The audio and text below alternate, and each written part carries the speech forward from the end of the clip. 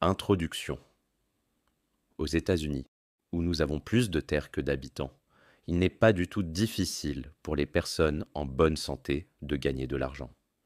Dans ce domaine relativement nouveau, il y a tellement de possibilités de réussite ouvertes, tellement de métiers qui ne sont pas encombrés, que toute personne, quel que soit son sexe, qui est disposée, au moins pour le moment, à s'engager dans une occupation respectable qui se présente, peut trouver un emploi lucratif. Ceux qui désirent vraiment atteindre l'indépendance n'ont qu'à y mettre leur volonté et à adopter les moyens appropriés, comme ils le font pour tout autre objectif qu'ils souhaitent atteindre, et la chose est facile à faire. Mais si facile qu'il soit de gagner de l'argent, je suis sûr que beaucoup de mes auditeurs conviendront que c'est la chose la plus difficile au monde de le conserver. La voie de la richesse est, comme le dit très justement le docteur Franklin, aussi simple que la route du moulin. Elle consiste simplement à dépenser moins que ce que nous gagnons. Cela semble être un problème très simple. Monsieur Micawber, l'une de ces heureuses créations du génial Dickens, met le cas en lumière lorsqu'il dit que d'avoir un revenu annuel de 20 livres par an et de dépenser 20 livres et 6 pence, c'est être le plus misérable des hommes. Alors que d'avoir un revenu de seulement 21 livres et de dépenser seulement 19 livres et 6 pence, c'est être le plus heureux des mortels. Beaucoup de mes lecteurs diront peut-être « Nous comprenons cela, c'est de l'économie, et nous savons que l'économie est une richesse. Nous savons que nous ne pouvons pas manger notre gâteau et le garder aussi. » Pourtant, je me permets de dire que peut-être plus de cas d'échec proviennent d'erreurs sur ce point que sur n'importe quel autre. Le fait est que beaucoup de gens pensent comprendre l'économie, alors qu'en réalité, ce n'est pas le cas. La véritable économie est mal comprise, et les gens traversent la vie sans bien comprendre ce qu'est ce principe. L'un dit « J'ai un revenu de temps, et voici mon voisin qui a le même. Pourtant, chaque année, il gagne quelque chose d'avance, et moi je suis en deçà. Pourquoi ? Je sais tout de l'économie. » Il croit le savoir, mais il ne le sait pas.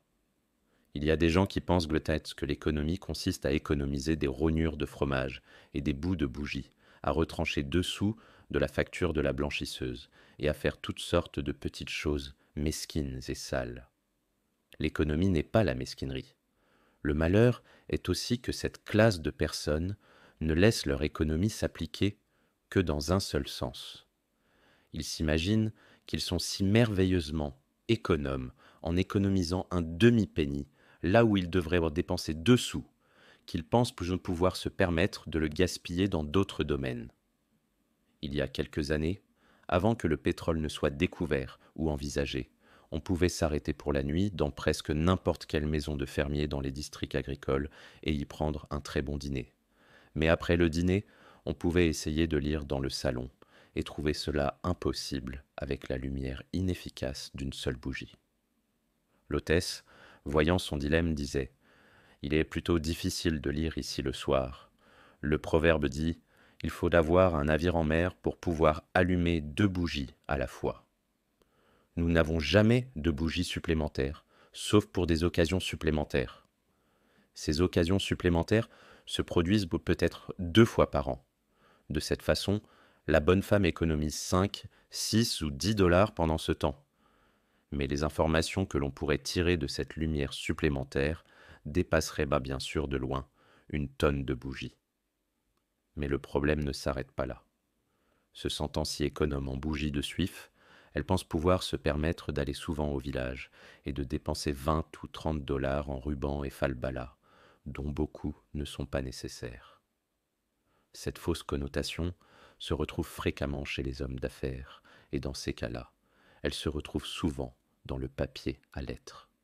Vous trouvez de bons hommes d'affaires qui conservent toutes les vieilles enveloppes et les vieux bouts de papier, et ne déchireraient pour rien au monde une nouvelle feuille de papier, s'ils pouvaient l'éviter.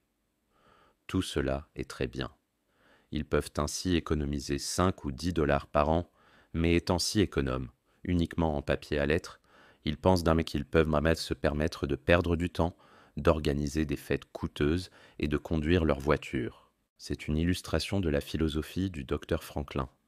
économiser au robinet et gaspiller au trou du cul, économiser au centime près et gaspiller au kilo. Punch, parlant de cette classe de personnes à idée unique, dit: ils sont comme l'homme qui a acheté un hareng d'un sou pour le dîner de sa famille et qui a ensuite loué une voiture et 4 voitures pour le ramener chez lui. Je n'ai jamais vu un homme réussir en pratiquant ce genre d'économie. La véritable économie consiste à faire en sorte que les revenus soient chez et toujours supérieurs aux dépenses. Porter les vieux vêtements un peu plus longtemps si nécessaire.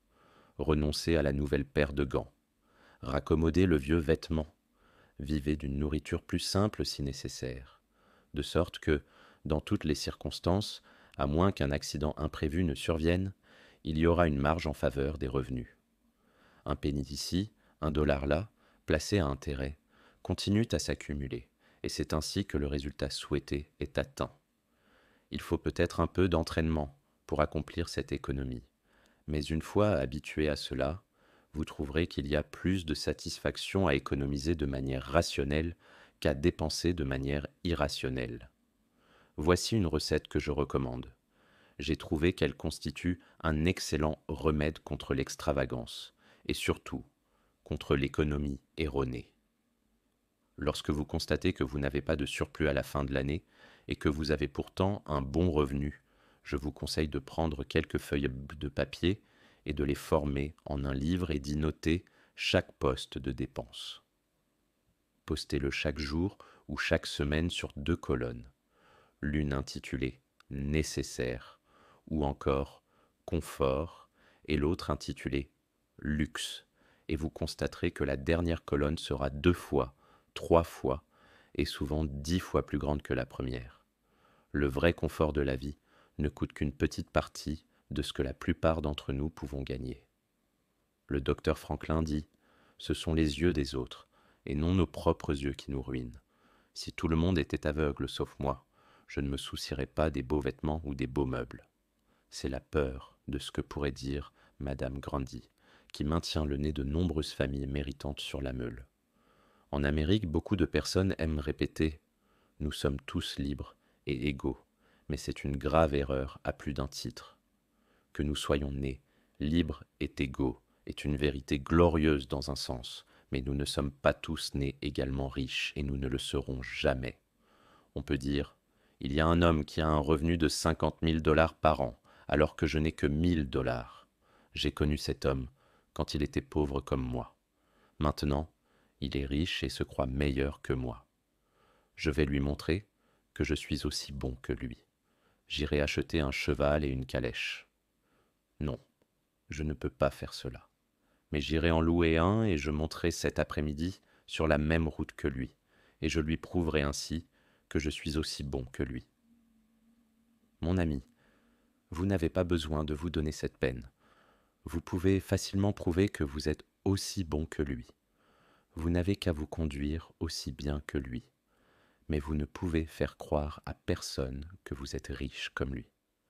D'ailleurs, si vous perdez votre temps et si vous dépensez votre argent, votre pauvre femme sera obligée de se frotter les doigts à la maison, d'acheter son thé 2 onces à la fois et tout le reste en proportion, afin que vous puissiez garder les apparences et après tout, ne tromper personne. D'un autre côté, Mrs. Smith peut dire que sa voisine d'à côté a épousé Johnson pour son argent, et tout le monde le dit.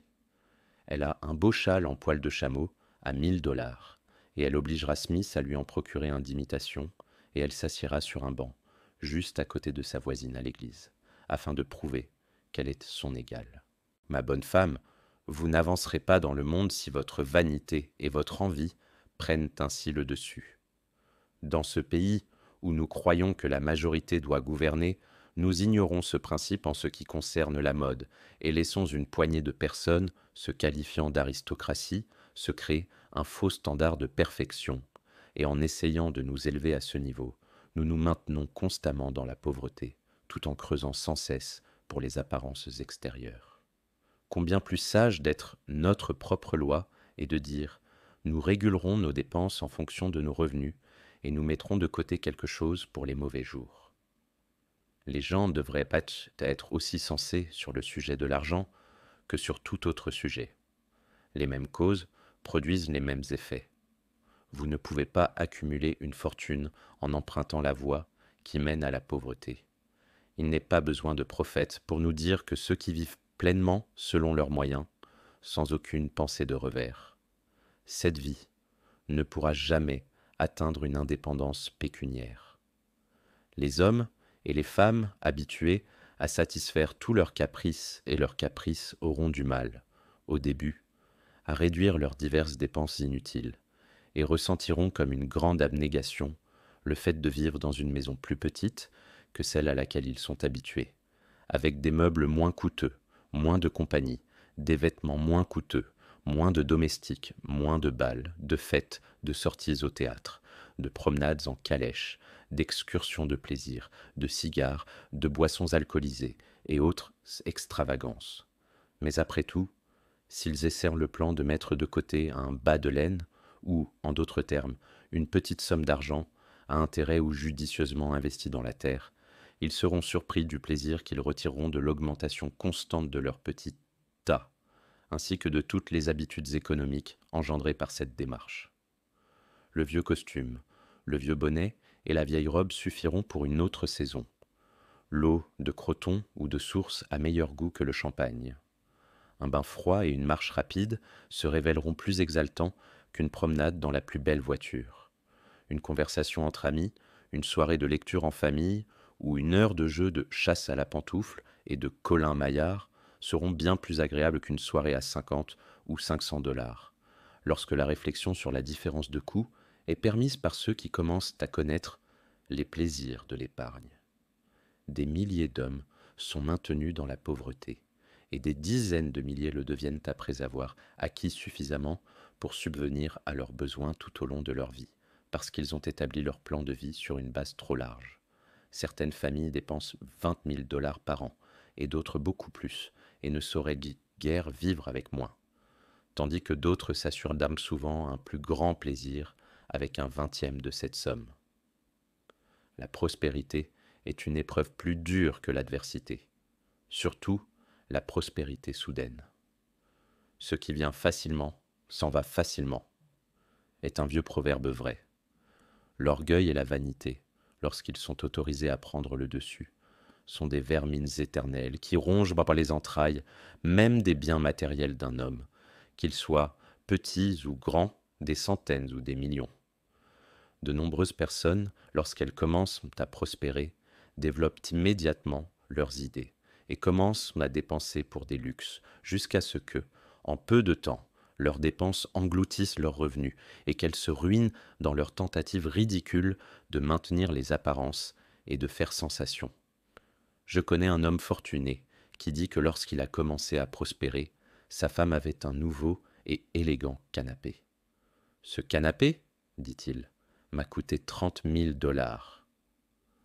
Lorsque le canapé est arrivé à la maison, il a fallu acheter des chaises assorties, puis des buffets, des tapis et des tables assortis, et ainsi de suite pour tout le stock de meubles, quand enfin on a découvert que la maison elle-même était bien trop petite et démodée pour les meubles, et on en a construit une nouvelle pour correspondre au nouveau. Ainsi, ajouta mon ami, en faisant le total des dépenses de 30 000 dollars occasionnées par ce seul canapé, et en me chargeant, sous forme de domestique, d'équipage et des dépenses nécessaires à l'entretien d'un bel établissement, d'une dépense annuelle de 11 000 dollars et d'une maigre épargne en plus. Alors qu'il y a 10 ans, nous vivions dans un bien plus grand confort réel, parce que beaucoup moins soucieux, avec autant de centaines de dollars. La vérité est, continua-t-il, que ce canapé m'aurait conduit à une faillite inévitable si un titre de prospérité des plus inégalables ne m'avait pas maintenu au-dessus de cela, et si je n'avais pas réprimé mon désir naturel de faire bonne figure. La base du succès dans la vie est une bonne santé. C'est le substrat de la fortune. C'est aussi la base du bonheur. Une personne ne peut pas très bien accumuler une fortune lorsqu'elle est peut-être malade. Elle n'a aucune ambition, aucune motivation, aucune force. Bien sûr, Il y a des gens qui ont une mauvaise santé et qui ne peuvent rien y faire. On ne peut pas s'attendre à ce que de telles personnes puissent accumuler des richesses. Mais il y en a beaucoup qui sont en mauvaise santé et qui n'ont pas besoin de l'être. Si donc une bonne santé était la base du succès et du bonheur dans la vie, combien est-il important que nous étudions les lois de la santé, qui ne sont qu'une autre expression des lois de la nature. Plus nous nous en tenons aux lois de la nature, plus nous nous rapprochons de la bonne santé.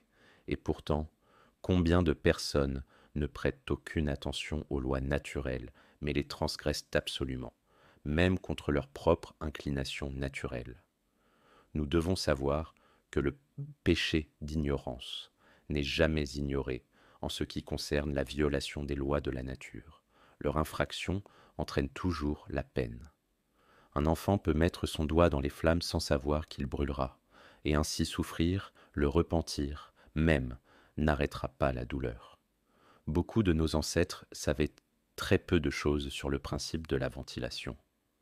Ils ne savaient pas grand-chose sur l'oxygène, quel que soit le djinn qu'ils connaissaient, et par conséquent, ils construisirent leur maison avec de petites chambres de 7 pieds sur 9, et ces bons vieux puritains pieux s'enfermaient dans une de ces cellules, disaient leurs prières et allaient en se coucher.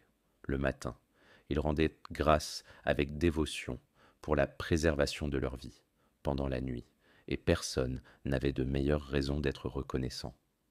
Probablement une grande fente dans la fenêtre ou dans la porte a laissé entrer un peu d'air frais et les a ainsi sauvés. De nombreuses personnes violent sciemment les lois de la nature contre leurs meilleures impulsions au nom de la mode. Par exemple, il y a une chose que rien de vivant, sauf un vilevert, n'a jamais naturellement aimé, c'est le tabac. Pourtant, combien de personnes développent délibérément un appétit contre nature et surmontent cette aversion implantée pour le tabac, à un tel point qu'elles en viennent à l'aimer. Ils se sont emparés d'une herbe vénéneuse et sale, ou plutôt, qui les tient fermement. Voici des hommes, mariés, qui courent en crachant du jus de tabac sur le tapis et les planchers, et parfois même sur leurs femmes. Ils ne mettent maintenant pas leurs femmes à la porte comme des hommes ivres, mais leurs femmes, je n'en doute pas, souhaitent souvent qu'elles soient hors de la maison. Une autre caractéristique dangereuse est que cet appétit artificiel, comme la jalousie, grandit par ce dont il se nourrit. Quand vous aimez ce qui n'est pas naturel, un appétit plus fort est créé pour la chose nuisible que le désir naturel pour ce qui est inoffensif. Il existe un vieux proverbe qui dit que l'habitude est une seconde nature, mais une habitude artificielle est plus forte que la nature. Prenez par exemple un vieux mâcheur de tabac. Son amour pour la chic est plus fort que son amour pour n'importe quel type de nourriture en particulier. Il peut renoncer au rôti de bœuf plus facilement qu'à l'herbe. Les jeunes garçons regrettent de ne pas être des hommes. Ils aimeraient pour se coucher comme des garçons et réveiller des hommes. Et pour y parvenir, ils copient les mauvaises habitudes de leurs aînés. Le petit Tommy et Johnny voient leurs pères ou leurs oncles fumer la pipe et ils disent « Si seulement je pouvais faire ça, je serais un homme aussi. » L'oncle John est sorti et a laissé sa pipe de tabac. Essayons. Ils prennent une allumette, l'allument et tirent une bouffée. « Nous apprendrons à fumer ? Tu aimes ça, Johnny ?» Le garçon répond tristement. « Pas beaucoup, c'est ta mère. » Il pâlit peu à peu, mais il persiste et offre bientôt un sacrifice sur l'autel de la mode. Mais les garçons s'y tiennent et persévèrent jusqu'à ce qu'ils finissent par vaincre leurs appétits naturels et deviennent les victimes de goûts acquis. Je parle selon les règles, car j'ai remarqué ces effets sur moi-même, étant allé jusqu'à fumer 10 ou 15 cigares par jour. Bien que je n'ai pas d'utilisé d'herbe au cours des 14 dernières années et que je n'en utiliserai plus jamais. Plus un homme fume, plus il a envie de fumer. Le dernier cigare fumé excite simplement le désir d'un autre, et ainsi de suite, sans cesse. Prenez le mâcheur de tabac. Le matin, quand il se lève, il met une chique dans sa bouche et la garde là toute la journée, ne la sortant jamais, sauf pour l'échanger contre une nouvelle ou pour manger. Oh, Oui, à des intervalles de la journée et de la soirée. Plus d'un mâcheur sort la chique et la garde dans sa main assez longtemps pour boire une gorgée, puis la reprend. Cela prouve simplement que l'appétit pour le rhum est encore plus fort que celui pour le tabac. Quand le mâcheur de tabac va à votre maison de campagne et que vous lui montrez votre vigne et votre fruiterie et les beautés de votre jardin, quand vous lui offrez des fruits frais et mûrs et que vous lui dites « Mon ami, j'ai ici les pommes, les poires, les pêches et les abricots les plus délicieux. Je les ai importés d'Espagne, de France et d'Italie. Regardez donc ces raisins succulents. Il n'y a rien de plus délicieux ni de plus sain que les fruits mûrs. Alors servez-vous. Je veux vous voir vous régaler de ces choses. » Il roulera la chair chic sous sa langue et répondra « Non, merci, j'ai du tabac dans la bouche. » Son palais est devenu narcotisé par cette herbe nocive, et il a perdu, dans une large mesure, le goût délicat et enviable des fruits. Cela montra à quel point les fruits sont chers, les hommes prennent des habitudes inutiles et nuisibles. Je parle d'expérience. J'ai fumé jusqu'à trembler, comme une feuille de tremble, le sang m'est monté à la tête, et j'ai eu des palpitations cardiaques que j'ai cru être une maladie cardiaque, jusqu'à ce que je sois presque mort de peur. Lorsque j'ai consulté mon médecin, il m'a dit « Arrête de fumer ». Non seulement je nuisais à ma santé et dépensais beaucoup d'argent, mais je donnais un mauvais exemple. J'ai obéi à son conseil. Aucun jeune homme au monde n'a jamais été aussi beau qu'il le pensait, derrière un cigare de 1500 ou une écume de mer. Ces remarques s'appliquent avec 10 fois plus de force à l'usage des boissons enivrantes. Pour gagner de l'argent, il faut avoir l'esprit clair. Un homme doit voir que 2 et 2 font 4. Il doit établir tous ses plans avec réflexion et prévoyance, et examiner de près tous les détails et les tenants et aboutissants des affaires. De même qu'aucun homme ne peut réussir en affaires s'il n'a pas un cerveau pour lui permettre de planifier ses affaires et la raison pour le guider dans leur exécution. De même, si un homme est doté d'une intelligence abondante, si son cerveau est embrouillé et son jugement faussé par les boissons enivrantes, il lui est impossible de mener à bien ses affaires. Combien de bonnes occasions sont passées pour ne jamais revenir, pendant qu'un homme sirotait un verre de société avec son ami? Combien de marchés stupides ont été conclus sous l'influence du nervin, qui fait croire temporairement à sa victime qu'elle est riche? Combien d'occasions importantes ont été remises à demain, puis à jamais, parce que la coupe de vin a jeté le système dans un état de lassitude, neutralisant les énergies si essentielles au succès en affaires. En vérité, le vin est un moqueur. L'utilisation de boissons enivrantes comme boisson est un engouement tout autant que l'Est le fait de fumer de l'opium chez les Chinois, et la première est tout aussi destructrice pour le succès de l'homme d'affaires que la seconde. C'est un mal absolu, totalement indéfendable à la lumière de la philosophie, de la religion ou du bon sens. Il est à l'origine de presque tous les autres maux de notre pays. L'art de faire fortune ou les règles d'or pour gagner de l'argent. Ne vous trompez pas sur votre vocation. Le plan le plus sûr et le plus sûr de succès pour le jeune homme qui débute dans la vie est de choisir la vocation qui correspond le mieux à ses goûts. Les parents et les tuteurs sont souvent bien trop négligents à cet égard. Il est très courant qu'un père dise, par exemple, « J'ai 5 garçons. Je ferai de Billy un ecclésiastique, de John un avocat, de Tom un médecin et de Dick un fermier. » Il va ensuite en ville et regarde autour de lui pour voir ce qu'il va faire de Sammy. Il rentre chez lui et dit « Sammy, je vois que l'horlogerie est une belle affaire distinguée. Je pense que je ferai de toi un orfèvre. » Il le fait, sans tenir compte des inclinations naturelles ou du génie de Sam.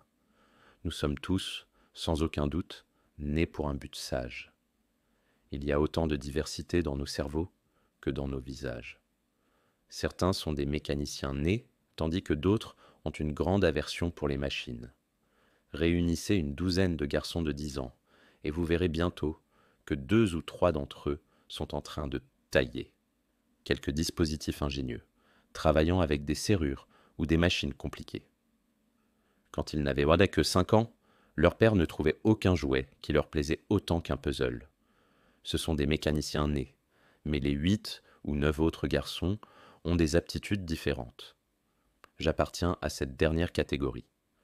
Je n'ai jamais eu le moindre amour pour la mécanique. Au contraire, j'ai une sorte d'horreur pour les machines compliquées. Je n'ai jamais eu assez d'ingéniosité pour tailler un robinet à cidre pour qu'il ne coule pas.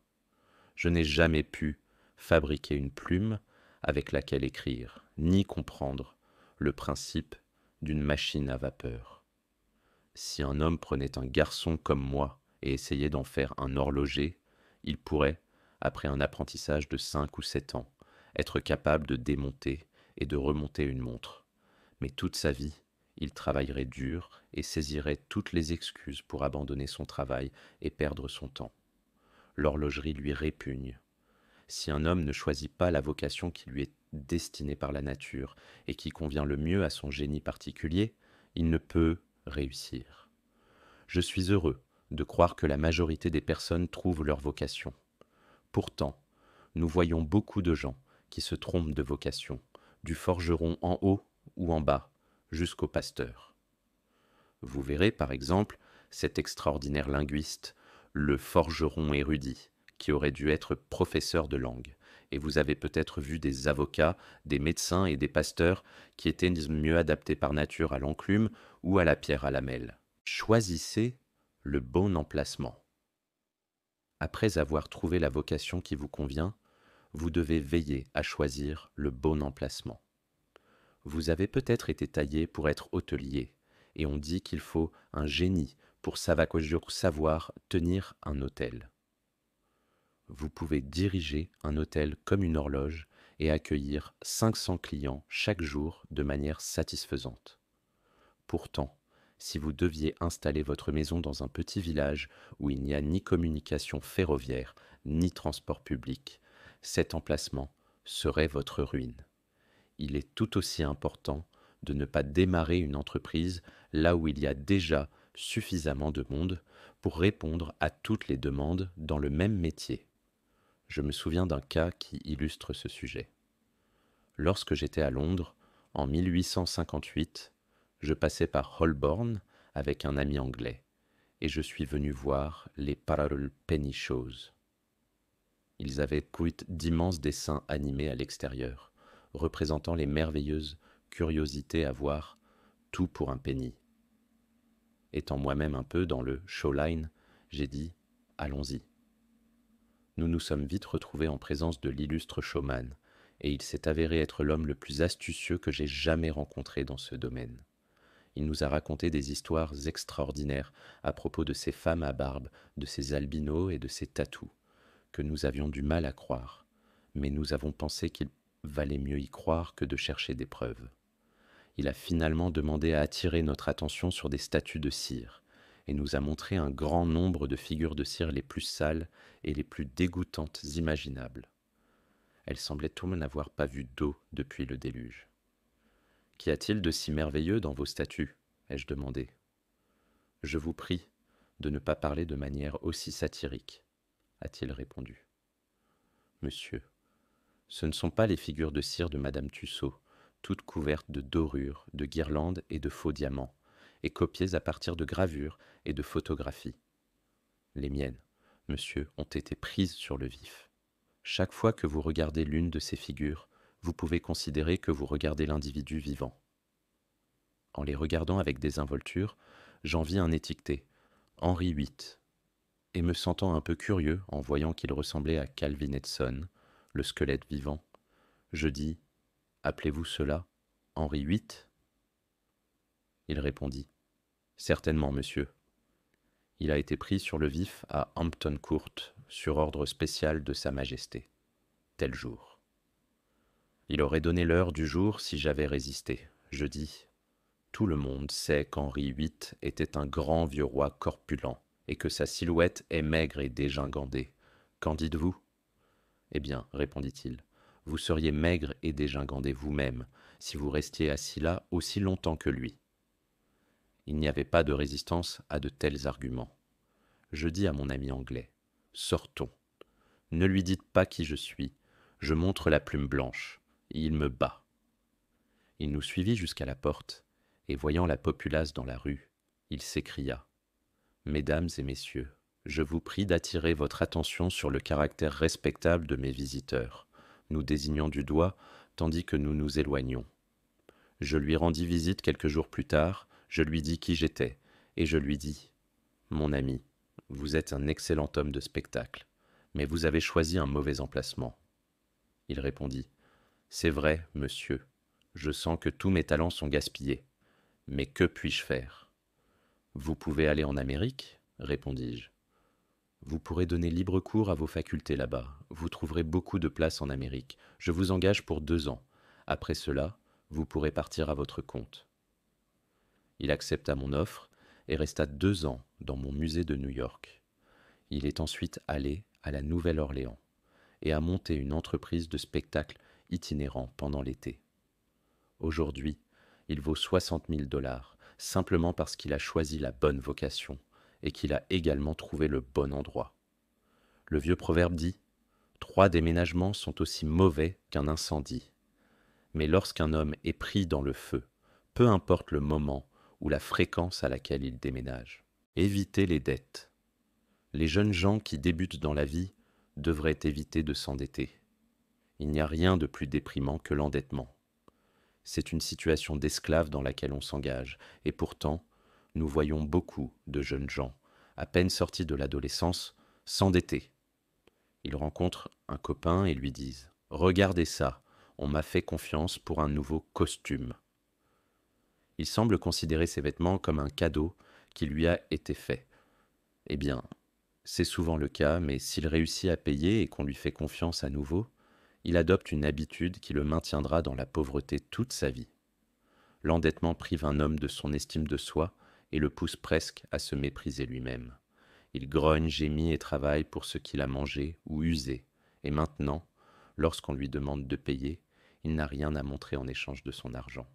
C'est ce qu'on appelle à juste titre travailler pour un cheval mort. Je ne parle pas des marchands qui achètent et vendent à crédit, ou de ceux qui achètent à crédit pour en tirer un profit. Le vieil Quaker a dit à son fils fermier « John, ne te fais jamais faire crédit, mais si on te fait crédit pour quelque chose, que ce soit pour du fumier, car cela t'aidera à le rembourser. » Monsieur Beecher conseillait aux jeunes hommes de s'endetter s'ils le pouvaient, pour un petit montant, pour l'achat de terres dans les régions rurales. Si un jeune homme, dit-il, ne s'endette que pour quelques terres et se marie ensuite, ces 2 choses le maintiendront dans le droit chemin, où rien ne le fera. Cela peut être sans danger dans une certaine mesure, mais il faut éviter de s'endetter pour ce que vous mangez, buvez et portez. Certaines familles ont la stupide habitude d'obtenir du crédit dans les magasins et achètent ainsi fréquemment beaucoup de choses dont elles auraient pu se passer. Il est très bien de dire « j'ai été confié pendant 60 jours, et si je n'ai pas l'argent, le créancier n'y pensera pas. » Aucune classe de personnes au monde n'a une mémoire aussi bonne que les créanciers. Lorsque les 60 jours seront écoulés, vous devrez payer. Si vous ne payez pas, vous romprez votre promesse et vous aurez probablement recours à un mensonge. Vous pouvez invoquer une excuse ou vous endetter ailleurs pour payer, mais cela ne vous engage que plus profondément. Un jeune homme beau et paresseux était l'apprenti Horatio. Son patron lui dit « Horatio, as-tu déjà vu un escargot ?»« Je crois que oui, » dit-il d'une voix traînante. « Vous devez l'avoir rencontré alors, car je suis sûr que vous n'en avez jamais rattrapé un, » dit le patron. « Votre créancier vous rencontrera ou vous rattrapera et vous dira « Maintenant, mon jeune ami, vous avez accepté de me payer. Vous ne l'avez pas fait. Vous devez me donner votre billet. » Vous donnez le billet avec intérêt, et il commence à jouer contre vous. C'est un cheval mort. Le créancier se couche le soir et se réveille le matin mieux loti que lorsqu'il s'est couché, car ses intérêts ont augmenté pendant la nuit. Mais vous vous appauvrissez pendant que vous dormez, car les intérêts s'accumulent contre vous. L'argent est à certains égards comme le feu. C'est un excellent serviteur, mais un terrible maître. Quand il vous domine, quand les intérêts s'accumulent constamment contre vous, il vous maintient dans la pire forme d'esclavage.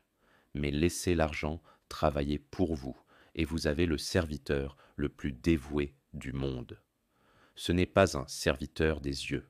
Il n'y a rien d'animé ou d'inanimé qui travaille aussi fidèlement que l'argent lorsqu'il est placé à intérêt, bien sécurisé.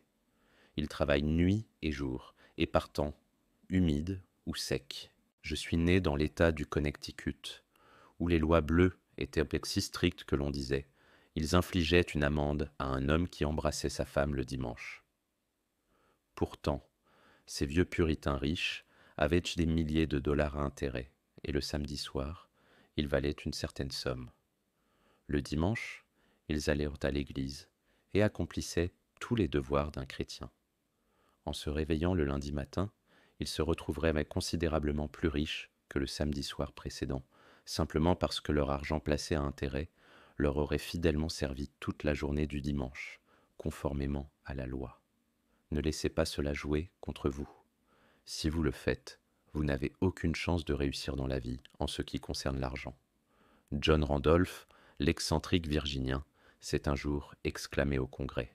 « Monsieur le Président, j'ai découvert la pierre philosophale, payée au fur et à mesure. » C'est en effet plus proche de la pierre philosophale qu'aucun alchimiste n'a jamais atteint jusqu'à présent. Persévérer. Quand un homme est sur le bon chemin, il doit persévérer. Je parle de cela parce qu'il y a des personnes qui sont nées fatiguées, par nature paresseuses et dépourvues de confiance en elles-mêmes et de persévérance. Mais elles peuvent cultiver ces qualités, comme le dit Davy Crockett. Souvenez-vous de ceci quand je serai mort. Soyez sûr d'avoir raison, puis allez de l'avant. C'est cette volonté d'avancer, cette détermination à ne pas laisser les horreurs ou le blues prendre possession de vous, de manière à vous faire relâcher vos énergies dans la lutte pour l'indépendance que vous devez cultiver. Combien ont presque atteint le but de leur ambition, mais, perdant foi en eux-mêmes, ont relâché leurs énergies et le prix d'or a été perdu à jamais. C'est sans doute souvent vrai, comme le dit Shakespeare. Il y a une marée dans les affaires des hommes qui, prise à son apogée, mène à la fortune. Si vous hésitez, une main plus hardie se tendra devant vous et remportera la récompense. Souvenez-vous du proverbe de Salomon. Celui qui agit avec une main paresseuse devient pauvre, mais la main des diligents enrichit. La persévérance n'est parfois qu'un autre mot pour désigner la confiance en soi. De nombreuses personnes voient naturellement le côté sombre de la vie et s'attirent bornement des ennuis. Elles sont nées ainsi. Alors elles demandent des conseils, et elles seront gouvernées par un vent et emportées par un autre, et ne pourront pas compter sur elles-mêmes. Tant que vous ne pourrez pas compter sur vous-même, vous n'avez pas besoin d'espérer réussir. J'ai personnellement connu des hommes qui ont connu des revers pécuniaires et se sont suicidés, parce qu'ils pensaient ne jamais pouvoir surmonter leur malheur.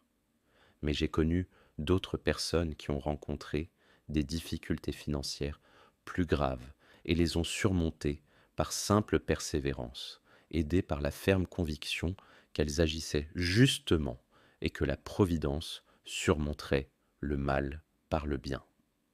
Vous verrez cela illustré dans n'importe quel domaine de la vie. Prenez 2 généraux, tous 2 connaissent la tactique militaire, tous 2 ont été instruits à West Point si vous voulez, tous 2 sont également doués. Pourtant, l'un ayant ce principe de persévérance et l'autre n'en ayant pas, le premier réussira dans sa profession, tandis que le second échouera. On peut entendre le cri. L'ennemi arrive et il a du canon. Vous avez du canon ? Dit le général hésitant. Oui. Alors, arrêtez-vous tous ? Il a besoin de temps pour réfléchir. Son hésitation est sa ruine. L'ennemi passe sans être inquiété ou l'accable, tandis que d'un autre côté, le général courageux, persévérant et confiant en lui-même, va au combat avec volonté et, au milieu du choc des armes, du grondement des canons, des cris des blessés et des gémissements des mourants, vous verrez cet homme persévérer, continuer, se frayer un chemin avec une détermination inébranlable, inspirant ses soldats à des actes de courage, de bravoure et de triomphe. Quoi que vous fassiez, faites-le de toutes vos forces. Travaillez-y si nécessaire, tôt ou tard, en saison ou hors saison. Ne négligez rien et ne différez jamais d'une seule heure ce qui peut être fait tout aussi bien maintenant. Le vieux proverbe est plein de vérité et de sens. Tout ce qui vaut la peine d'être fait vaut la peine d'être bien fait. Bien des hommes acquièrent une fortune en faisant leurs affaires à fond, tandis que leur voisin reste pauvre toute sa vie, parce qu'il ne le fait qu'à moitié. L'ambition, l'énergie, l'industrie, la persévérance sont des conditions indispensables pour réussir en affaires. La fortune favorise toujours les braves et n'aide jamais l'homme qui ne s'aide pas lui-même. Il ne faut pas passer son temps, comme M. Micawber, à attendre que quelque chose se présente. Pour ces hommes, l'une des deux choses qui se présentent généralement est l'hospice ou la prison, car l'oisiveté engendre de mauvaises habitudes et habille l'homme de haillons. Le pauvre vagabond dépensier dit à un homme riche: « J'ai découvert qu'il y a assez d'argent dans le monde pour nous tous, si on le partageait également. Il faut le faire, et nous serons tous heureux ensemble. » Mais, lui répondit-il, si tout le monde était comme vous, il le dépenserait en 2 mois, et que feriez-vous alors? Oh, divisez encore, continuez à diviser, bien sûr. Je lisais récemment dans un journal londonien le récit d'un pauvre philosophe qui avait été expulsé d'une pension bon marché parce qu'il ne pouvait pas payer sa note. Mais il avait un rouleau de papier qui dépassait de la poche de son manteau, et qui, après examen, s'est avéré être son plan pour rembourser la dette nationale de l'Angleterre sans l'aide d'un sou. Les gens doivent pas faire comme le disait Cromwell, non seulement faire confiance à la Providence, mais garder la poudre au sec. Faites votre part du travail, ou vous ne pourrez pas réussir. Un soir, alors qu'il campait dans le désert, Mahomet entendit l'un de ses disciples fatigué dire: « Je vais détacher mon chameau et le confier à Dieu. » Non, non, pas ainsi, dit le prophète. Attache ton chameau et confie-le à Dieu. Faites pas tout ce que vous pouvez pour vous-même, puis faites confiance à la providence, à la chance, ou à tout ce que vous voudrez appeler cela. Pour le reste, dépendez de vos propres efforts personnels. L'œil de l'employeur vaut souvent plus que les mains d'une douzaine d'employés. Dans la nature des choses, un agent ne peut pas être aussi fidèle à son employeur qu'à lui-même. Beaucoup d'employeurs se souviendront de cas où les meilleurs employés ont négligé des points importants qui n'auraient pas pu échapper à leur propre observation en tant que propriétaire.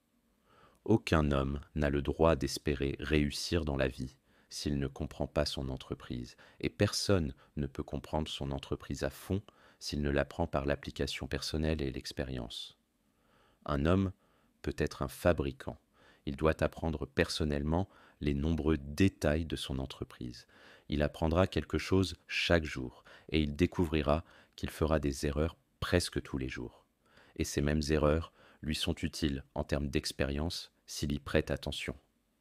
Il sera comme le marchand de fer-blanc Yankee qui, après avoir été trompé sur la qualité de l'achat de sa marchandise, a dit: « Très bien, il y a un peu d'informations à gagner chaque jour. Je ne me laisserai plus tromper de cette façon. » Ainsi, un homme achète son expérience, et elle est la meilleure si elle n'est pas achetée trop cher. Je pense que tout homme devrait, comme Cuvier, le naturaliste français, connaître parfaitement son métier. Il était si compétent dans l'étude de l'histoire naturelle qu'on pouvait lui apporter l'os, ou même une section d'os d'un animal qu'il n'avait jamais vu décrit, et, en raisonnant par analogie, il pouvait dessiner une image de l'objet d'où l'os avait été prélevé. Un jour, ses étudiants tentèrent de le tromper. Ils enroulèrent l'un d'eux dans une peau de vache et le placèrent sous la table du professeur, comme un nouveau spécimen. Lorsque le philosophe entra dans la pièce, certains des étudiants lui demandèrent de quel animal il s'agissait. Soudain, l'animal dit: « Je suis le diable et je vais vous manger. » Il était tout naturel que Cuvier ait voulu classer cette créature, et l'examinant attentivement, il dit: « Un sabot divisé, graminivore, c'est impossible. » Il savait qu'un animal au sabot fendu doit se nourrir d'herbes et de céréales ou d'autres types de végétation, et ne serait pas enclin à manger de la viande, morte ou vivante, aussi se considérait-il parfaitement en sécurité. La possession d'une connaissance parfaite de son entreprise est une nécessité absolue pour assurer le succès. Parmi les maximes du père Rothschild, il y avait un paradoxe tout à fait apparent. Soyez prudent et audacieux. Cela semble être une contradiction dans les termes, mais ce n'est pas le cas, et il y a une grande sagesse dans cette maxime. C'est en fait un résumé de ce que j'ai déjà dit. Cela revient à dire: vous devez faire preuve de prudence dans l'élaboration de vos plans, mais être audacieux dans leur mise en œuvre. Un homme qui est tout en prudence n'osera jamais prendre le dessus et réussir, et un homme qui est tout en audace est simplement téméraire et doit finalement échouer. Un homme peut aller à la bourse et gagner 50 ou 100 000 dollars en spéculant sur les actions, en une seule opération. Mais s'il a une audace simple sans prudence, ce n'est que pure chance, et ce qu'il gagne aujourd'hui, il le perdra demain. Il faut à la fois la prudence et l'audace pour assurer le succès. Les Rothschild ont une autre maxime: ne jamais avoir affaire à un homme ou à un endroit malchanceux, c'est-à-dire ne jamais avoir affaire à un homme ou à un endroit qui ne réussit jamais, car bien qu'un homme puisse paraître honnête et intelligent, s'il essaie telle ou telle chose et échoue toujours, c'est à cause d'un défaut ou d'une infirmité que vous ne pourrez peut-être pas découvrir, mais qui néanmoins doit exister. Il n'y a pas de chance au monde. Il n'y a jamais eu d'homme qui puisse sortir le matin et trouver une bourse pleine d'or dans la rue aujourd'hui, et une autre demain, et ainsi de suite, jour après jour. Il peut le faire une fois dans sa vie. Mais en ce qui concerne la simple chance, il est aussi susceptible de la perdre que de la trouver. Les mêmes causes produisent les mêmes effets. Si un homme adopte les bonnes méthodes pour réussir, la chance ne l'arrêtera pas. S'il ne réussit pas, il y a des raisons à cela, même s'il ne les voit peut-être pas. Utilisez les meilleurs outils. Les hommes qui engagent des employés doivent en veiller à obtenir les meilleurs. Comprenez que vous ne pouvez pas avoir de trop bons outils pour travailler, et il n'y a aucun outil dont vous devriez être aussi exigeant que les outils vivants. Si vous en obtenez un bon, il vaut mieux le garder que de continuer à en changer. Il apprend quelque chose tous les jours, et vous bénéficiez de l'expérience qu'il acquiert. Il a plus de valeur pour vous cette année que l'année dernière, et il est le dernier à s'en séparer, à condition que ses habitudes soient bonnes et qu'il reste fidèle. Si, à mesure qu'il devient plus précieux, il exige une augmentation exorbitante de salaire, en supposant que vous ne puissiez pas vous passer de lui, laissez-le partir. Chaque fois que j'ai un tel employé, je le congédie toujours. D'abord pour le convaincre que sa place peut être remplacée, et ensuite parce qu'il ne sert à rien s'il pense qu'il est inestimable et qu'on ne peut pas s'en passer. Mais je le garderai, si possible, afin de profiter du résultat de son expérience. Un élément important chez un employé est le cerveau. Vous pouvez voir des affiches « mains recherchées », mais les mains ne valent pas grand-chose sans tête. Monsieur Beecher illustre cela de la manière suivante. Un employé propose ses services en disant « J'ai une paire de mains, et un de mes doigts pense. » C'est très bien, dit l'employeur. Un autre homme arrive et dit « Il a 2 doigts qui pensent. » Ah, c'est mieux. Mais un troisième appelle et dit que tous ses doigts et ses pouces pensent. C'est encore mieux. Finalement, un autre intervient et dit « J'ai un cerveau qui pense. Je pense de partout. Je suis un homme qui pense aussi bien qu'un travailleur. » Vous êtes l'homme qu'il me faut, dit l'employeur ravi. Les hommes qui ont un cerveau et de l'expérience sont donc les plus précieux, et il ne faut pas s'en séparer facilement. Il est préférable pour eux, ainsi que pour vous-même, de les garder en leur accordant de temps à autre des avances raisonnables sur leur salaire. Ne pas s'éloigner de son entreprise. Les jeunes gens, après avoir terminé leur formation commerciale ou leur apprentissage, au lieu de poursuivre leur vocation et de progresser dans leur entreprise, mentent souvent en disant qu'ils ne font rien. Ils disent: j'ai appris mon métier, mais je ne vais pas être un mercenaire. À quoi bon apprendre mon métier ou ma profession si je ne m'établis pas? Avez-vous un capital pour commencer? Non, mais je vais l'avoir. Comment allez-vous l'obtenir? Je vais vous le dire en toute confidentialité. J'ai une vieille tante riche et elle mourra bientôt. Mais si elle ne meurt pas, je m'attends à trouver un vieil homme riche qui me prêtera quelques milliers de dollars pour me permettre de démarrer. Si je trouve seulement l'argent pour commencer, je réussirai. Il n'y a pas de plus grande erreur que lorsqu'un jeune homme croit qu'il réussira avec de l'argent emprunté. Pourquoi? Car l'expérience de chacun coïncide avec celle de M. Astor qui a dit: il lui fut plus difficile d'accumuler ses premiers 1 000 $ que tous les millions qui ont suivi et qui ont constitué sa colossale fortune.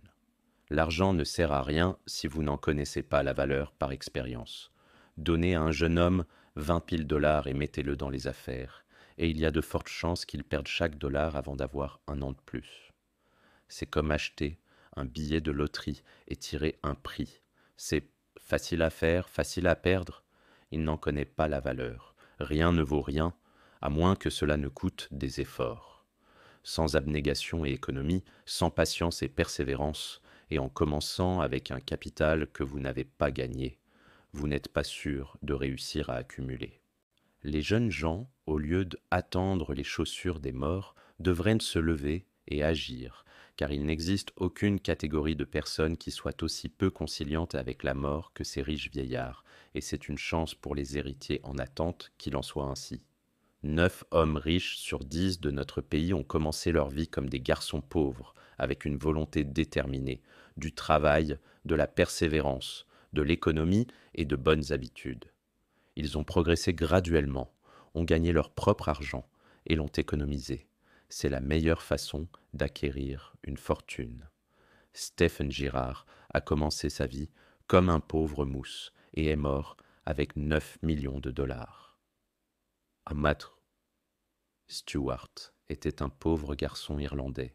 Il payait des impôts sur 1 500 000 $ de revenus par an. John Jacob Astor était un pauvre garçon de ferme et est mort avec 20 millions. Cornelius Vanderbilt a commencé sa vie en ramant sur un bateau de Staten Island à New York.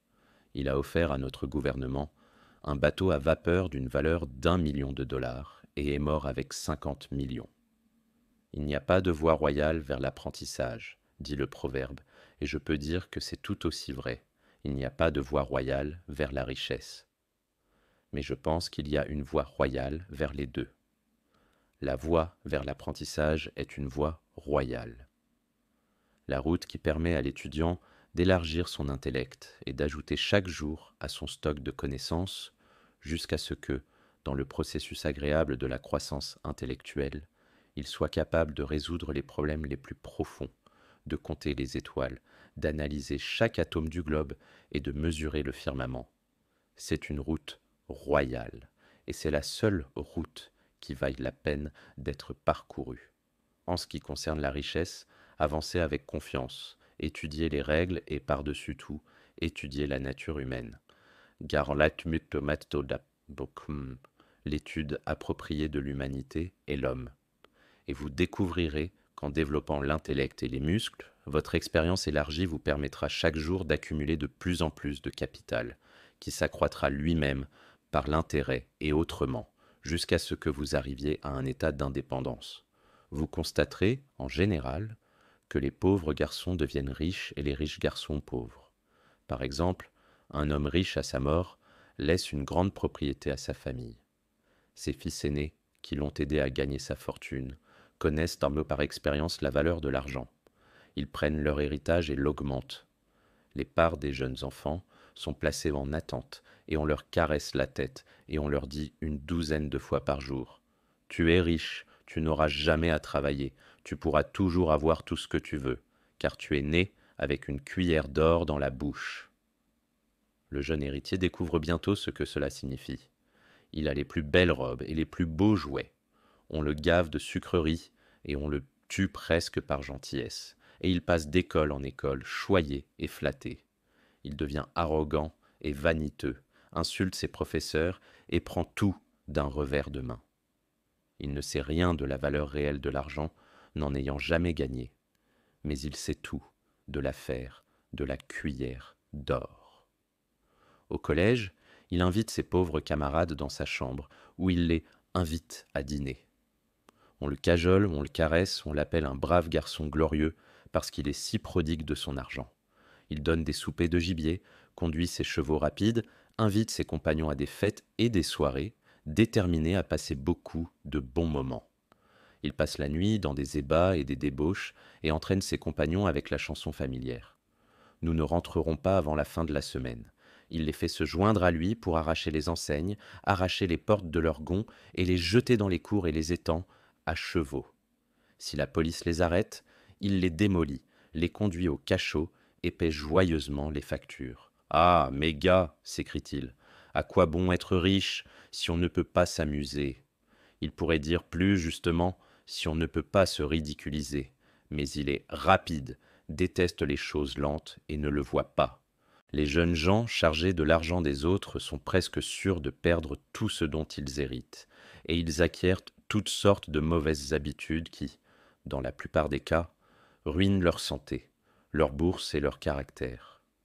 Dans ce pays, une génération se succède, et les pauvres d'aujourd'hui sont riches à la génération suivante ou à la troisième.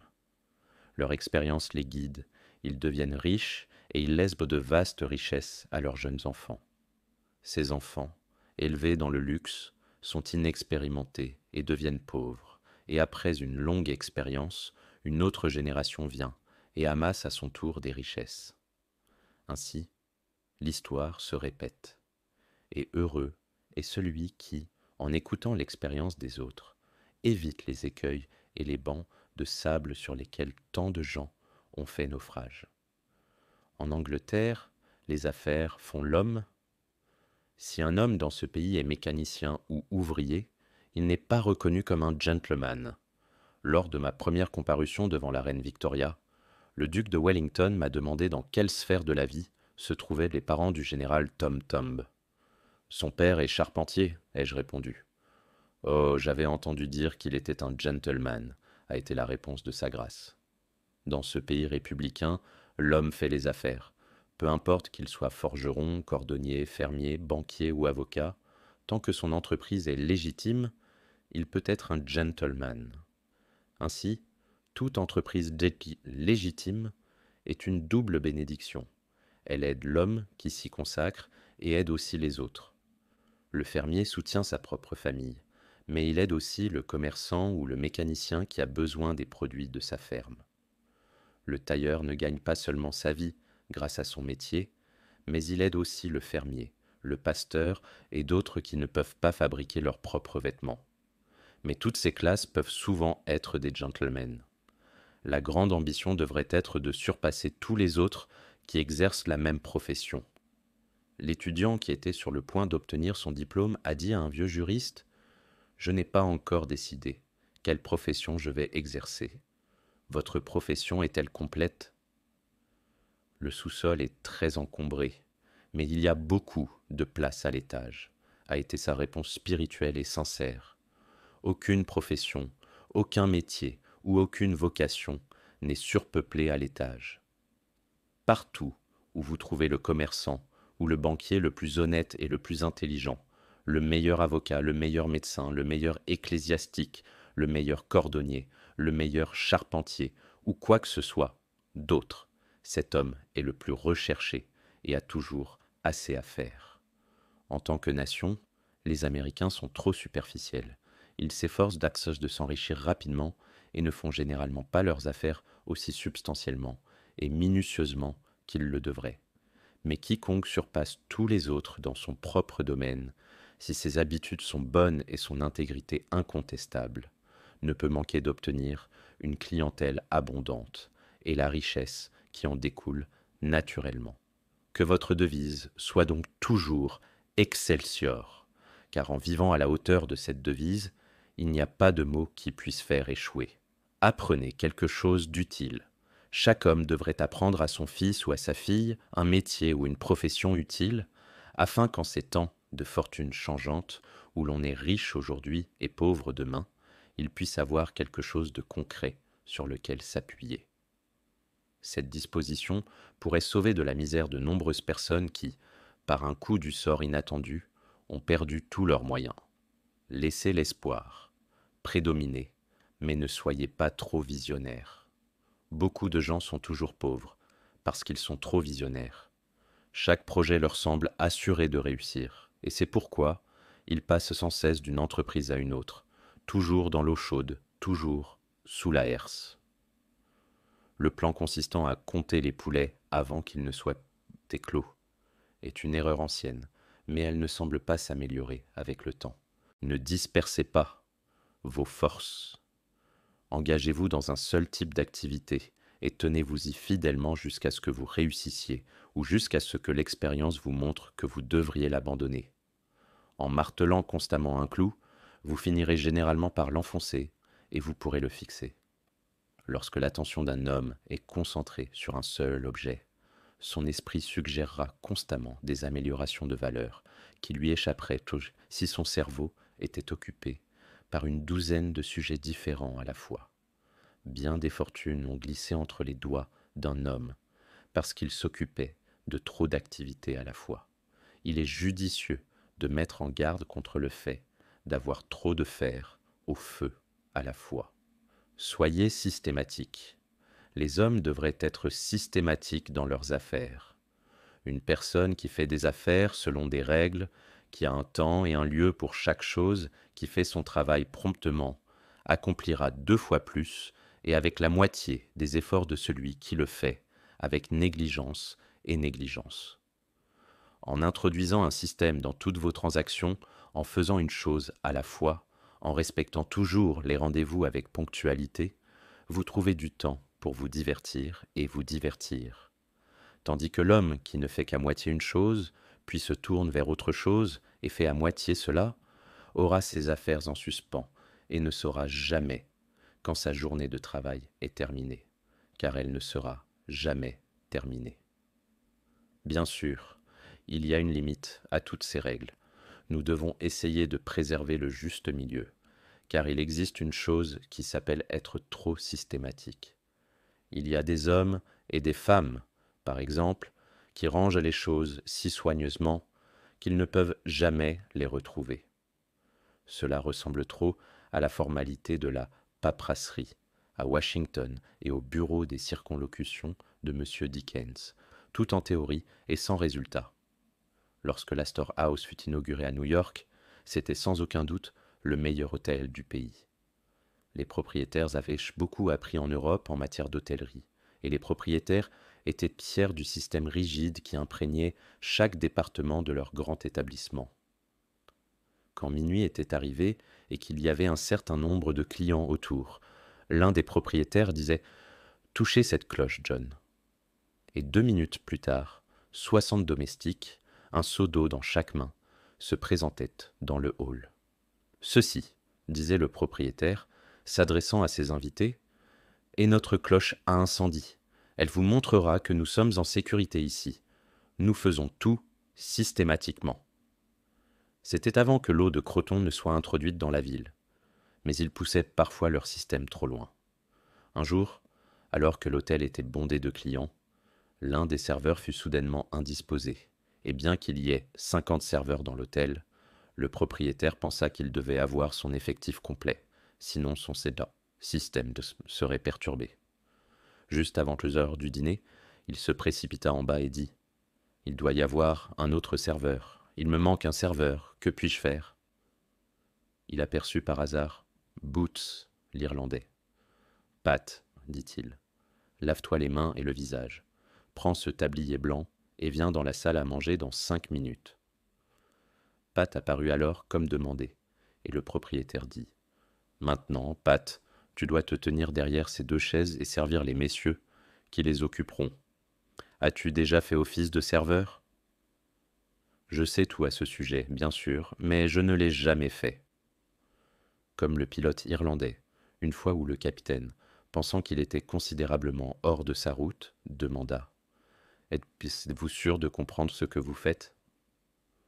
Pat répondit: Bien sûr, et je connais chaque rocher du chenal. Au même instant, bang! Frappa le navire contre un rocher. Ah, des bavards, et c'est l'un d'eux, continua le pilote. Mais revenons à la salle à manger. Pat, dit l'aubergiste, ici nous faisons tout systématiquement. Vous devez d'abord donner à chacun des messieurs une assiette de soupe, et quand ils auront fini, demandez-leur ce qu'ils veulent manger ensuite.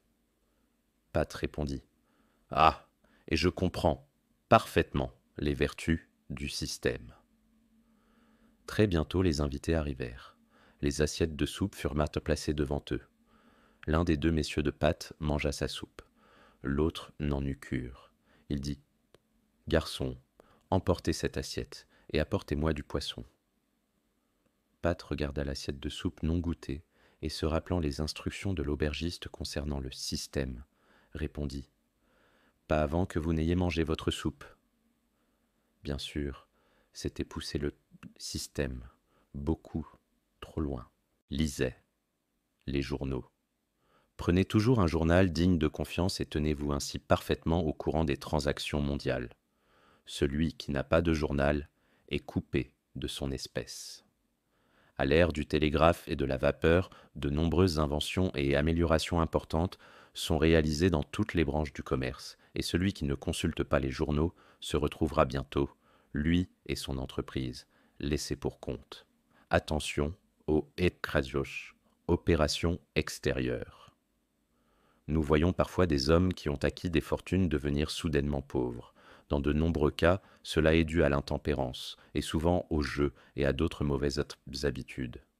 Fréquemment, cela se produit parce qu'un homme s'est engagé dans une opération extérieure de quelque sorte. Lorsqu'il devient riche dans son entreprise légitime, on lui parle d'une grande spéculation où il peut gagner des dizaines de milliers de dollars. Il est constamment flatté par ses amis, qui lui disent qu'il est né chanceux, que tout ce qu'il touche se transforme en or. Or, s'il oublie que ses habitudes économiques, sa rectitude de conduite et une attention personnelle à une entreprise qu'il comprenait ont fait son succès dans la vie, il écoutera les voix des sirènes. Il dira: Je vais mettre 20 000 dollars, j'ai eu de la chance, et ma bonne fortune me rapportera bientôt 60 000 dollars. Quelques jours s'écoulent, et il découvre qu'il doit investir 10 000 dollars de plus. Peu après, on lui dit: Tout va bien. Mais certaines choses imprévues exigent une avance de 20 000 dollars de plus, ce qui lui rapportera une riche moisson. Mais avant que le moment de réaliser vienne, la bulle éclate, il perd tout ce qu'il possède, et il apprend alors ce qu'il aurait dû savoir dès le début, que, quel que soit le succès qu'un homme puisse avoir dans sa propre entreprise, s'il s'en détourne et s'engage mal dans une affaire qu'il ne comprend pas, il est comme Samson lorsqu'on lui coupe les cheveux. Sa force l'a quitté, et il devient comme les autres hommes. Si un homme a beaucoup d'argent, il doit investir quelque chose dans tout ce qui semble promettre le succès, et qui profitera probablement à l'humanité. Mais que les sommes ainsi investies soient modérées, et qu'un homme ne mette jamais bêtement en péril une fortune qu'il a gagnée de manière légitime, en l'investissant dans des choses dans lesquelles il n'a aucune expérience. N'endossez pas sans garantie. Je considère qu'aucun homme ne devrait endosser un billet ou se porter garant pour qui que ce soit son père ou son frère, au-delà de ce qu'il peut se permettre de perdre sans se soucier de rien, sans prendre de bonnes garanties. Voici un homme qui a une fortune de 20 000 dollars. Il fait du commerce florissant. Vous êtes à la retraite et vivez de votre argent. Il vient vous voir et vous dit: Vous savez que je vaux 20 000 dollars et que je ne dois pas un dollar.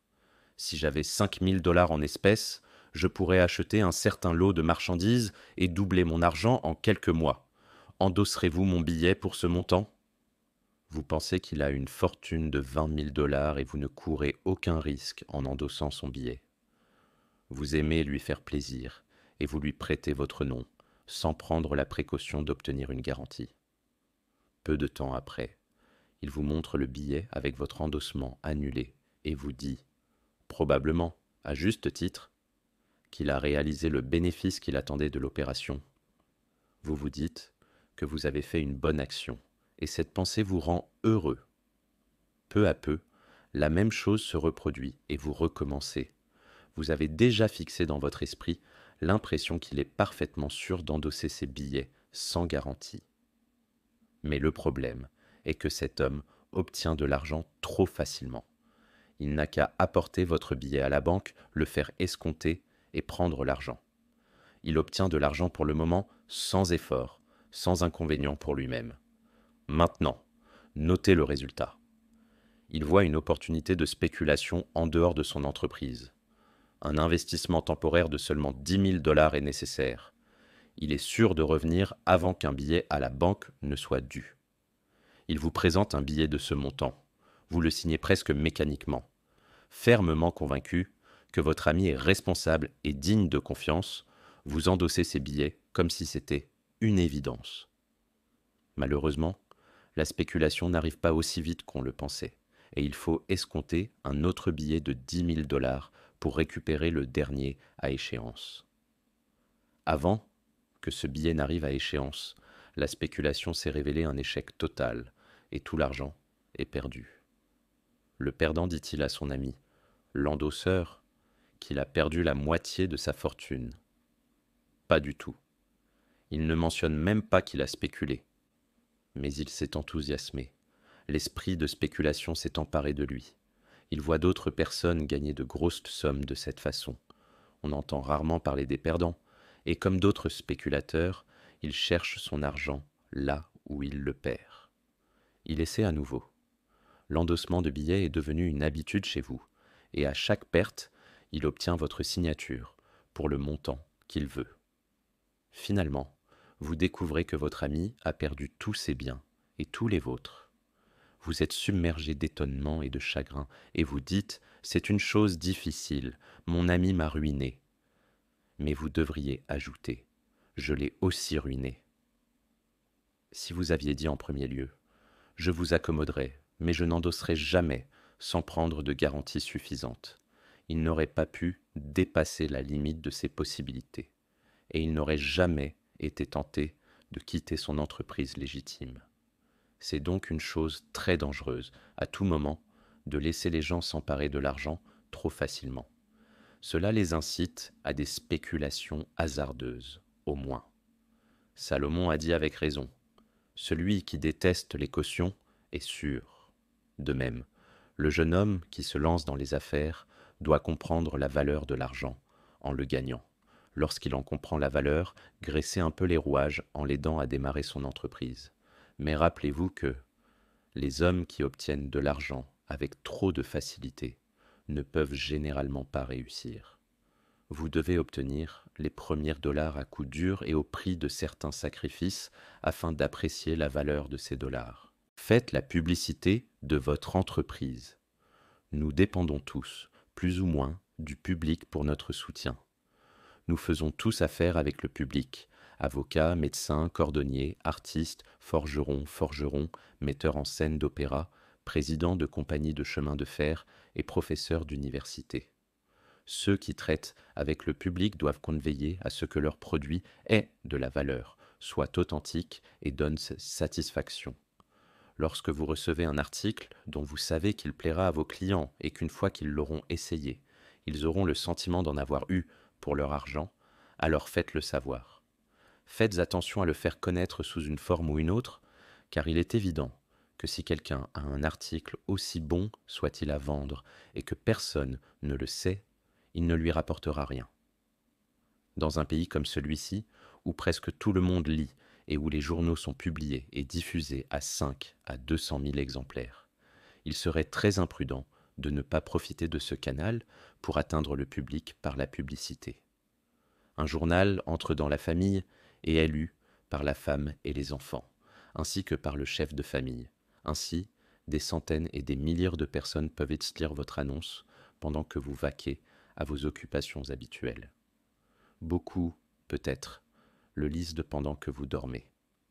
Toute la philosophie de la vie est de semer, d'abord, puis de récolter. C'est ainsi que procède le fermier. Il plante ses pommes de terre et son maïs, sème ses céréales, puis vaque à autre chose, et le moment vient où il récolte. Mais il ne récolte jamais d'abord, et ne sème qu'après. Ce principe s'applique à toutes sortes d'affaires, et à rien de plus éminent que la publicité.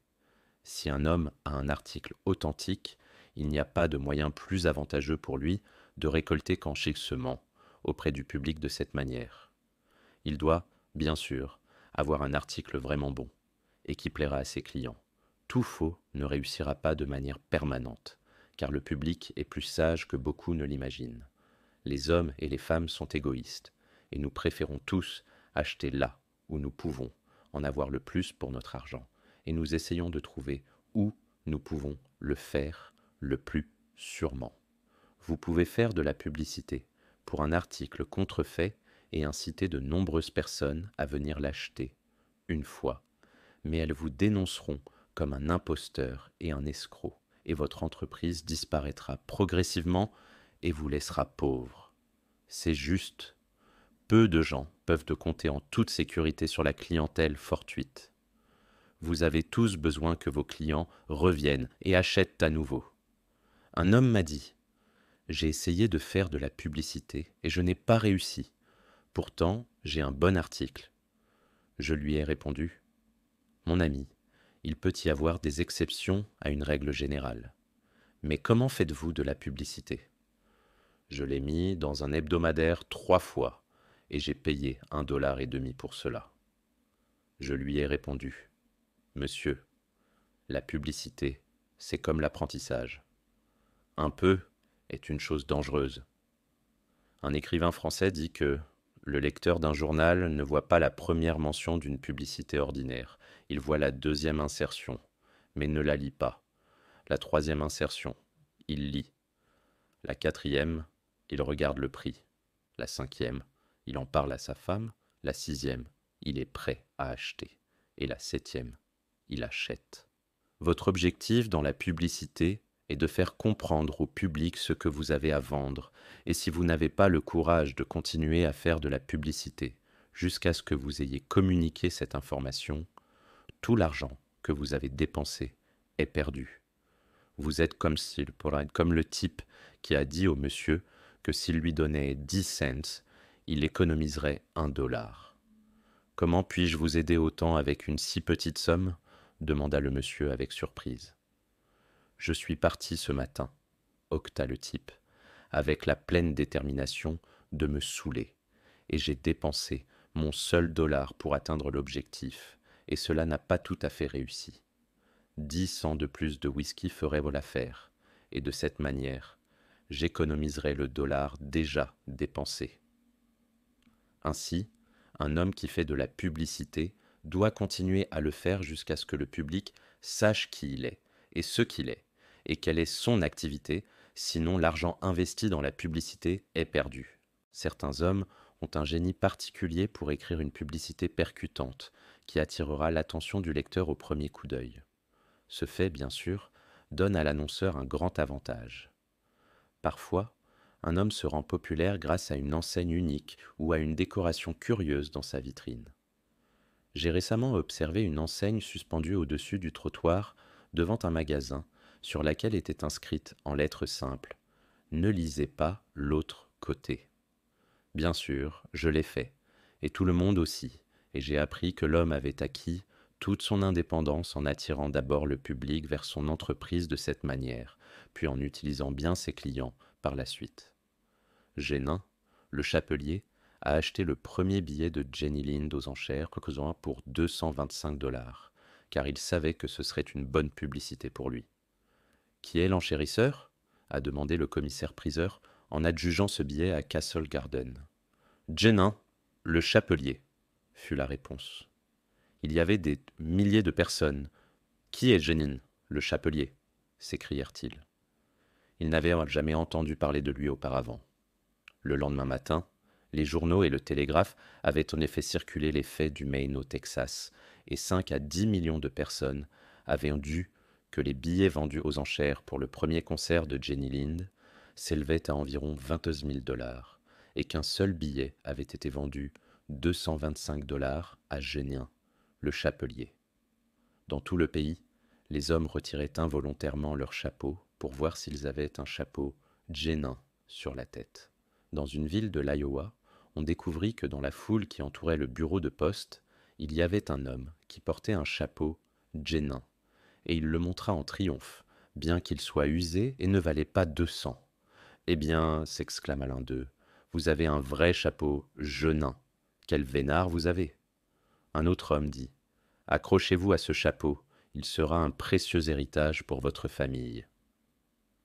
Un autre homme, dans la foule, qui semblait envier le possesseur de cette bonne fortune, dit « Allons, donnez-nous à tous une chance, mettez-le aux enchères. » Il le fit, et il fut vendu comme souvenir pour $9,50. Quelle fut la conséquence pour M. Genin? Il vendit 10 000 chapeaux supplémentaires par an les 6 premières années. Les 9/10 des acheteurs achetèrent d'eau chez lui, probablement par curiosité, et beaucoup d'entre eux, constatant qu'il leur en donnait pour leur argent, devinrent ses clients réguliers. Cette nouvelle publicité attira d'abord leur attention, puis, comme ils faisaient un bon article, ils revinrent. Je ne dis pas que tout le monde devrait faire de la publicité comme le faisait M. Genin. Mais je dis que si un homme a des marchandises brocatises à vendre et qu'il ne les annonce pas d'une manière ou d'une autre, il y a des chances qu'un jour le shérif le fasse pour lui. Je ne dis pas non plus que tout le monde doit faire de la publicité dans un journal, ni même utiliser de l'encre d'imprimerie. Au contraire, bien que cet article soit indispensable dans la plupart des cas, les médecins et les ecclésiastiques, et parfois les avocats et quelques autres, peuvent atteindre le public plus efficacement d'une autre manière. Mais il est évident qu'ils doivent être connus d'une manière ou d'une autre, sinon comment pourraient-ils être soutenus? Soyez polis et gentils avec vos clients. La politesse et la civilité sont le meilleur capital jamais investi dans les affaires. Les grands magasins, les enseignes dorées, les publicités flamboyantes, tout cela ne servira à rien si vous ou vos employés traitez vos clients brusquement. La vérité est que plus un homme est gentil et libéral, plus la clientèle qui lui sera accordée sera généreuse. Le semblable engendre le semblable. L'homme qui donne la plus grande quantité de marchandises d'une qualité correspondante pour la plus petite somme, tout en se réservant un profit, réussira généralement mieux à long terme. Cela nous amène à la règle d'or. Ce que vous voulez que les hommes fassent pour vous, faites-le aussi pour eux, et ils se comporteront mieux avec vous que si vous les traitiez toujours comme si vous vouliez obtenir le maximum d'eux, pour le moindre retour. Les hommes qui négocient avec leurs clients, en faisant comme s'ils ne s'attendaient plus à les revoir, ne se tromperont pas. Ils ne les reverront plus jamais comme des clients. Les gens n'aiment pas payer et se faire frapper aussi. Un des huissiers de mon musée m'a dit un jour qu'il avait l'intention de fouetter un homme qui se trouvait dans la salle de conférence dès qu'il en sortirait. « Pourquoi faire ?» demandai-je. « Parce qu'il a dit que je n'étais pas un gentleman, » répondit l'huissier. « Peu importe, » répondis-je. « Il paie pour cela, et vous ne le convaincrez pas que vous êtes un gentleman en le fouettant. Je ne peux pas me permettre de perdre un client.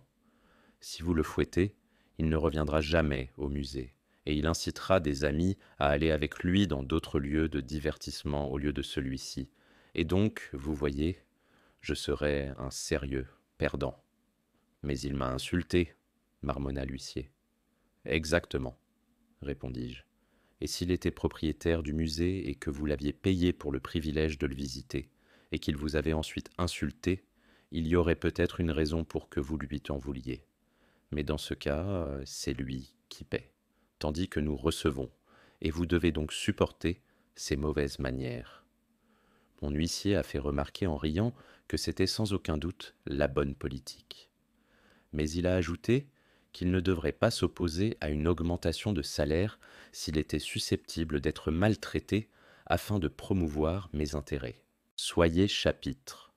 Bien sûr, les hommes doivent être charitables, car c'est un devoir et un plaisir.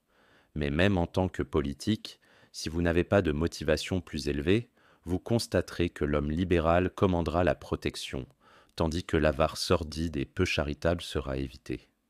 Salomon dit: il y a quelqu'un qui disperse et pourtant augmente. Il y a quelqu'un qui retient plus que nécessaire, mais cela conduit à la pauvreté. Bien sûr, la seule véritable charité est celle qui vient du cœur. La meilleure forme de charité est d'aider ceux qui sont prêts à s'aider eux-mêmes. Faire l'aumône sans discernement, sans s'enquérir de la dignité du demandeur, est mauvais dans tous les sens du terme. Mais rechercher et aider discrètement ceux qui luttent pour eux-mêmes, c'est le genre de charité qui glisse, disperse et pourtant augmente. Mais ne tombez pas dans l'idée que certaines personnes pratiquent de donner une prière au lieu d'une pomme de terre et une bénédiction au lieu du pain aux affamés. Il est plus facile de faire des chrétiens avec l'estomac plein que vide. Préservez votre intégrité. Elle est plus précieuse que les diamants ou les rubis. Le vieil avare disait à ses fils: obtenez de l'argent, obtenez-le honnêtement si vous le pouvez, mais obtenez de l'argent. Ce conseil n'était pas seulement atrocement mauvais, mais c'était l'essence même de la stupidité. C'était comme dire: si vous trouvez difficile d'obtenir de l'argent, honnêtement, vous pouvez facilement l'obtenir malhonnêtement. Obtenez-le de cette façon. Pauvre imbécile, ne pas savoir que la chose la plus difficile dans la vie est de gagner de l'argent malhonnêtement. Ne pas savoir que nos prisons sont pleines d'hommes qui ont tenté de suivre ce conseil. Ne pas comprendre qu'aucun homme ne peut être malhonnête sans être rapidement découvert, et que lorsque son manque de principe est découvert, presque toutes les voies de réussite lui sont fermées pour toujours. Le public évite à juste titre tous ceux dont l'intégrité est mise en doute. Peu importe à quel point un homme peut être poli, agréable et accommodant, aucun d'entre nous n'ose traiter avec lui si nous soupçonnons de faux poids et mesures, de skulls. L'honnêteté stricte est non seulement à la base de tout succès dans la vie, financièrement, mais aussi dans tous les autres domaines. L'intégrité sans compromis du caractère est inestimable. Elle assure à celui qui la possède une paix et une joie qu'il est impossible d'atteindre sans elle, qu'aucune somme d'argent, aucune maison ni aucun terrain ne peuvent acheter. Un homme réputé pour être strictement honnête peut être très pauvre, mais il a à sa disposition les bourses de toute la communauté, car tout le monde sait que s'il promet de rendre ce qu'il emprunte, il ne les décevra jamais. Par simple égoïsme donc, si un homme n'a pas de motif plus élevé pour être honnête, tout le monde découvrira que la maxime du docteur Franklin ne peut jamais manquer d'être vraie, selon laquelle l'honnêteté est la meilleure politique. Devenir riche n'est pas toujours synonyme de réussite. Il y a beaucoup de pauvres riches, tandis qu'il y en a beaucoup d'autres, hommes et femmes honnêtes et pieux, qui n'ont jamais possédé autant d'argent que certains riches en gaspillent en une semaine, mais qui sont néanmoins, en réalité, plus riches et plus heureux que n'importe quel homme ne pourra jamais l'être, tant qu'il transgresse les lois supérieures de son être. L'amour immodéré de l'argent peut sans aucun doute être et est la racine de tous les maux. Mais l'argent lui-même, lorsqu'il est bien utilisé, n'est pas seulement une chose pratique à avoir dans la maison, mais offre la satisfaction de bénir notre race en permettant à son possesseur d'élargir le champ du bonheur humain et de l'influence humaine. Le désir de richesse est presque universel et personne ne peut dire qu'il n'est pas louable, à condition que le possesseur en assume les responsabilités et s'en serve comme d'un ami pour l'humanité. L'histoire de l'obtention d'argent, qui est le commerce, est une histoire de civilisation, et partout où le commerce a le plus prospéré, là aussi l'art et la science ont produit les fruits les plus nobles. En fait, en général, les gens qui cherchent de l'argent sont les bienfaiteurs de notre race. Nous leur devons, en grande partie, nos institutions d'enseignement et d'art, nos académies, nos collèges et nos églises. Ce n'est pas un argument contre le désir de richesse ou la possession de richesse que de dire qu'il y a parfois des avares qui amassent de l'argent uniquement pour le plaisir d'amasser, et qui n'ont d'autre aspiration que de s'emparer de tout ce qui passe à leur portée. Comme nous avons parfois des hypocrites en religion et des démagogues en politique, il y a parfois des avares parmi les gens qui cherchent de l'argent. Ce ne sont cependant que des exceptions à la règle générale. Mais lorsque, dans ce pays, nous trouvons un inconvénient et une pierre d'achoppement comme l'avare, nous nous souvenons avec gratitude qu'en Amérique, nous n'avons pas de loi sur le droit d'aînesse et qu'avec le cours normal des choses, le temps viendra où la poussière accumulée sera dispersée au profit de l'humanité. À tous les hommes et à toutes les femmes, je dis donc, en toute conscience, gagnez de l'argent honnêtement et pas autrement, car Shakespeare a dit avec justesse, celui qui veut de l'argent, des moyens et du contenu est privé de 3 bons amis,